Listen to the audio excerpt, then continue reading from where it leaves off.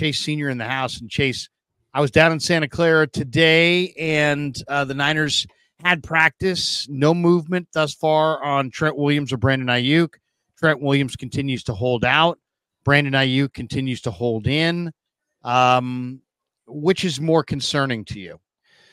I think both are really concerning because this is a team that has Super Bowl aspirations. They're plenty talented to make it back to the Super Bowl. I think they're the best team in the NFC in a crowded list of contenders, yet they're without the best left tackle in the game, in my opinion, in Trent Williams, and they're without a second-team All-Pro in Brandon Aiyuk, who has a great kinship with Brock Purdy on the field. And then when his blind side is protected by Trent Williams, the Niners, clearly a much different team with both of those stellar players as compared to the Niners being without him. And we've seen that Brock Purdy's play has dipped when Trent Williams has been injured. We've seen the Niners offense, both running-wise, passing-wise, really struggle when Trent Williams is not in the lineup. And look, I know that Ricky Pearsall had a good day today. He's about to do one-on-ones. I can't wait to see how the footwork, route running translates the anticipatory skills that he could have with Brock Purdy and all that.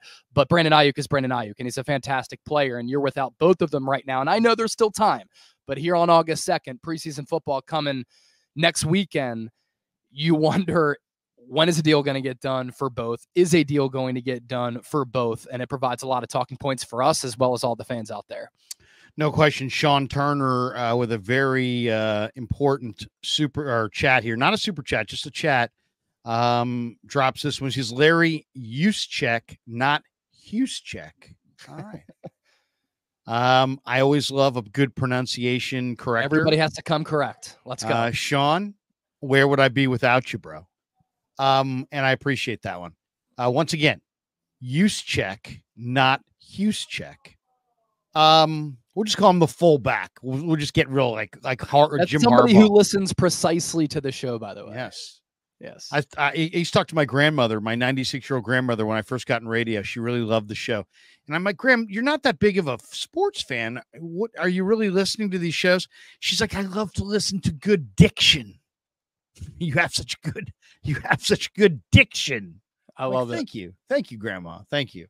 God rest your soul. Okay. So, the thing about the Trent Williams is that he's the best left tackle. He's making 23 a year, average annual. Wirfs just signed 28.5 a year. Yeah. There's no more guaranteed money in Trent's deal. I think everybody's kind of racing to get paid a little bit before they break off Brock, because everybody knows the money's going to be super tight afterwards. And then then you have Aiyuk, and of course the situations are not really related in any way. I don't know what to say about the Trent Williams. I've heard people around the team say that they're more concerned about Trent Williams than they are about Aiyuk. I guess before we get there, what did you think of the story of the week, which was Aiyuk dapping up Lynch and Shanahan? Shanahan addressed it today, and he said, well, just that's the way he daps guys up. Right. A lot of people read that as a deal's close, it's imminent, or other people read it as, you know what, that was, I'm tucking tail, and thanks for, it's very easy. That could have been the 49ers saying, hey, look, the Niners stance is we don't want to pay you, and we don't want to trade you. So It is possible there that what we saw was the 49ers or Aiyuk publicly reacting to the 49ers, maybe telling his agent, we will now listen to trade offers, and we'll consider trading you to a team that will pay you top dollar. I'm not saying that's it, but I got to think that's at least a possibility. What do you think? Yeah, no doubt. And you did bring up Trent Williams. I just want to hit on a couple of things there. A couple of good context points for the audience, right? You mentioned no more guaranteed money on his deal that runs through 2026. Right. So while the contract goes through 2026, it's a very similar situation to what happened with Christian McCaffrey. Christian McCaffrey did not go to voluntary OTAs. He had no more guaranteed money left on his deal. And what the Niners did was give him a 2-year contract extension and give him a lot of guaranteed money right up front. And they were able to work something out. And in turn, Christian McCaffrey continued to set the bar for the running back market.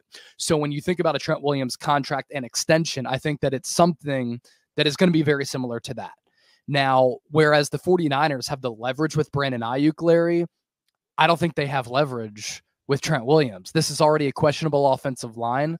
Without Trent Williams, it becomes a highly problematic unit. You've been there at training camp. You can expand on this in a moment. And we've seen during training camp, Jalen Moore has struggled a little bit as the first string left tackle. That's a problem. So is there risk? No doubt about it. Williams is still arguably the best left tackle in the game, though. Yes, he's 36 years old, but what's happened with Brandon Aiyuk in the receiver market exploding and being reset multiple times, same thing has happened with the offensive line. So now Trent Williams is the 6th highest paid tackle in the NFL, and he's saying, I might be 36. No more guaranteed money left on my deal.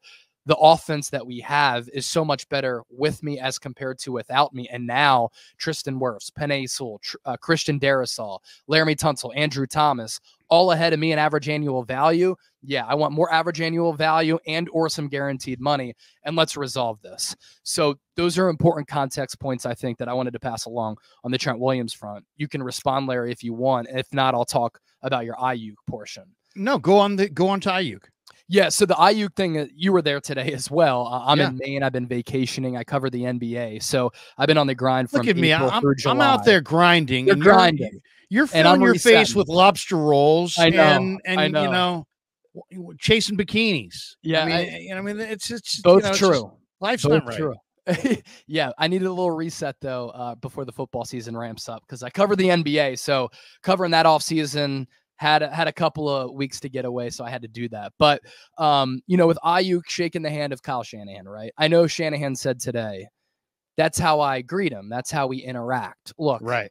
If things were not on good terms, I don't think that John Lynch would be like, Brandon, what's up, man? I don't think that Aiyuk could walk up to him to begin with, dap up John Lynch with force, and then Kyle with the strut comes over, not only the dap up, but the embrace and the hug as well. If you're on the side bro hug, it was a casual side bro hug. Like when I meet my homies, it's always the dap up and the hug.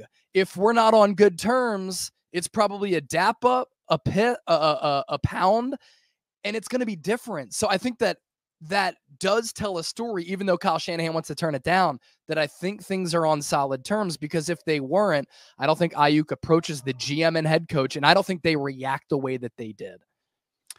It's so funny. I looked at that too, and I thought, man, Lynch gave him a quick. I mean, let's just say that they agreed to this deal that people were speculating. Right. So now you just signed one of your greatest players for a big money, long-term deal. And your chances of winning the Super Bowl are really high, directly tied to this player. Yep. And you're just going to give him the one slap up. To me, that slap could have easily have been, hey, man, you've been saying forever that you want to be traded. We're now listening to offers. You said forever you want the biggest bag. We're going to be willing to talk to the 3 teams that you told us are willing to pay you the biggest bag. You know what I mean? It didn't have to be, I don't know. To me, it's like if Lynch was really signing this player after all this time, don't you think he would have been more like a Roger Goodell draft stage kind of hug? Instead, it was like a one, almost like either like Lynch is pissed about it, or Lynch gave in, or Lynch says he's impatient. And I don't know. I mean, I'll say this. The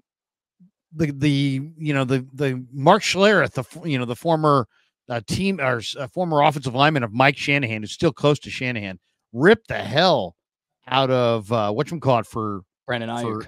Aiyuk for the hold in. Maybe the Niners don't respect the hold in. I don't know. Who knows? I mean, I really don't know the relationship between Aiyuk and the Niners, but that easily could have been, hey, you know what?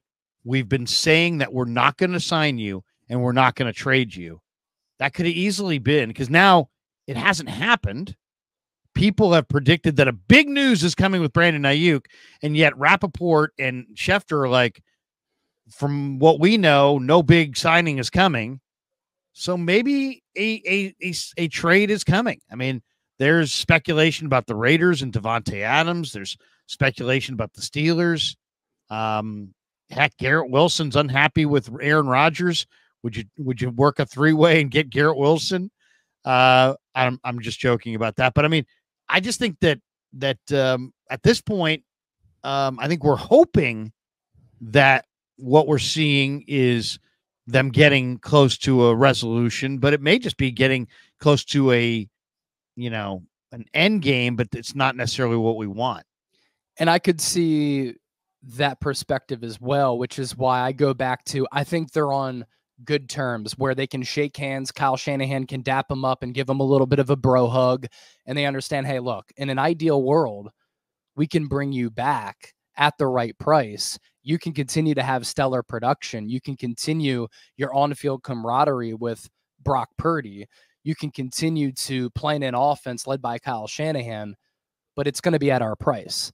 And if you don't want to play at that price tag when we have an absolutely loaded roster that has a chance to win a Super Bowl, and you want to go to a lesser team for just a little bit more money, but the situation isn't as good, you can do that and we'll trade you. We totally respect that.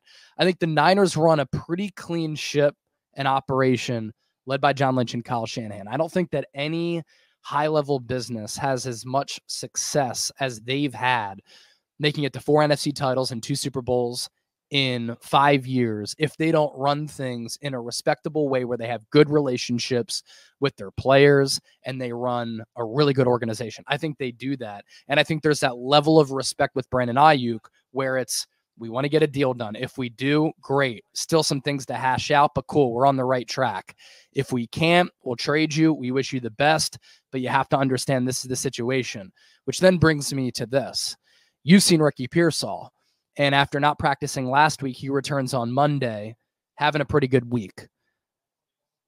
How does he look? And does that impact what they do with Brandon Aiyuk? And is that part of the reason why they haven't traded him yet? Because they needed to do their evaluation with Pearsall to see if he can be an impact guy year 1 in 2024. He looks good. He doesn't look like that. He doesn't look like Aiyuk. I think is he more of a slot guy or outside guy? Early indications. I think he's a guy who can play outside. Okay. I don't think he has to be a slot guy. Okay. I think he's so he can win from the outside from what you've seen. I think he can. I think he can. What's really underrated about Pearsall is his ability to beat the jam at the line. Okay. I think that's the underrated aspect. And that's the quick feet body control off the line. Yeah, and good technique. You know, he's got good technique, and he understands how to free himself up in a short area. I kind of asked him what I think is going to be his biggest issue today when I asked him, do you think at this level it's going to be a struggle to maintain separation throughout the entirety of the route? And he kind of laughed. My kid said, Dad, he was laughing at you. I said, I don't think he was laughing at me. I think he was laughing at the reality of the difficulty it is to not just get open in the NFL, but to stay open. Yeah. As I just painted the picture for the whole entirety of the route. You can beat a guy, but then he's got escape. He's got, recovery speed. Debo beat McDuffie in the Super Bowl, but did. McDuffie showed recovery speed and made up that difference and had the PBU. Part of what Pearsall can do too, use his body to kind of shield the defender and keep him on his back while opening up that window and keeping it open. And that's like ball tracking. That's elite play from a wide receiver, is being able to run. You might beat them. They're catching up. But then as the ball gets closer, you shield your body, kind of like a box out in basketball on the move. And I feel like Pearsall's been able to do that at times now. I think he does it better out of the slot in the middle of the field. Yeah. But if you're saying that you think he can play from the outside, I think that's a great development for San Francisco, which obviously makes the Aiyuk thing interesting. Yeah. I mean, but as he can play from the outside is different than he can step in for Brandon Aiyuk and not miss a beat. Brandon Aiyuk's an all-pro receiver, and he's just more dynamic out there. Yeah. But Pearsall got tremendous moves and tremendous ball skills, and he reps it. I mean, he puts in a lot of reps, and you can already see there's a Purdy Pearsall connection. They could be waiting on Cowing to get healthy because Cowing looked good, really good when he was healthy. Now he's been working out on the side the last couple of days, dealing with a hamstring injury. They have a ton of receivers. I do wonder though. Do you think that the Trent Williams thing makes an Aiyuk trade more likely because they need to cover themselves? Like, Jacksonville was one of the teams that showed interest in Aiyuk. They have Walker Little. If you could get Aiyuk there and get some kind of package that included Walker Little, who went to Stanford, who's not starting for them. He could step in at offensive tackle if you absolutely had to have a replacement tackle, because they are in a pinch. I mean, they're 3 deep at tackle. The 4th tackle is, not worth discussing. I mean, they're really only 3 deep. So I don't know what they're going to do and how they're going to overcome that, but they're going to have to overcome that somehow. Maybe an Aiyuk trade brings a tackle, if there was an Aiyuk trade. But that's what makes me think, maybe Jacksonville with Walker Little, right? Maybe Pittsburgh with Dan Moore. But of the teams that have been talking to the 49ers, how many of them could give them a tackle that they could use? Yeah. And I was talking about this on the show the other day. If the Niners traded Aiyuk now, they almost get 75 cents on the dollar, right? Any good draft compensation doesn't help you right now for a team that has Super Bowl hopes, right? And it's got to be a player. It's got to be a player. It doesn't make sense. So you're not going to get the draft compensation, which you could have gotten if you traded him before the draft, and then you would have had more ammo to further bulk up the roster. Now, you addressed wide receiver with Ricky Pearsall, but if you make the trade and you send Brandon Aiyuk somewhere before the draft, you get a 1st or 2nd round pick. You're getting a really legitimate player. Now, that's not going to happen. If that does happen and you do get draft compensation, it doesn't help you until 2025 and beyond. And what player realistically is going to move the needle now and replace a second-team All-Pro who had 1,300 plus yards, which was 7th in the NFL? He was 2nd in yards per catch, has developed an entire route tree that is dangerous and explosive, where he can get open in a variety of ways. You saw in the Super Bowl how Debo struggled to beat press man in one-on-ones over the last couple of days. He struggled a little bit in press man. Is the playbook out for teams to stop a Kyle Shanahan offense? How do you counter? You counter with the wide receiver like Brandon Aiyuk. And what if you have Brandon Aiyuk and Ricky Pearsall, who both excel in that area, with George Kittle, Christian McCaffrey, and Jawan Jennings? It just doesn't make sense to trade him now. You have this opportunity where you can win a Super Bowl. You have leverage, 5th-year option, franchise tag after that. You trade him for 75 cents on the dollar. That's a disastrous move for your organization, because we could talk and theorize about the Niners trading Aiyuk for a right tackle. But what legitimate right tackle is a team going to part with right now, who they're going to trade away in the lead up to the season, when that's a pivotal position on a football team? No question. No question. And offensive linemen are just so hard to find. And that's why they get paid so much. That's why they get drafted inside the top 15 picks in the 1st round on a regular basis.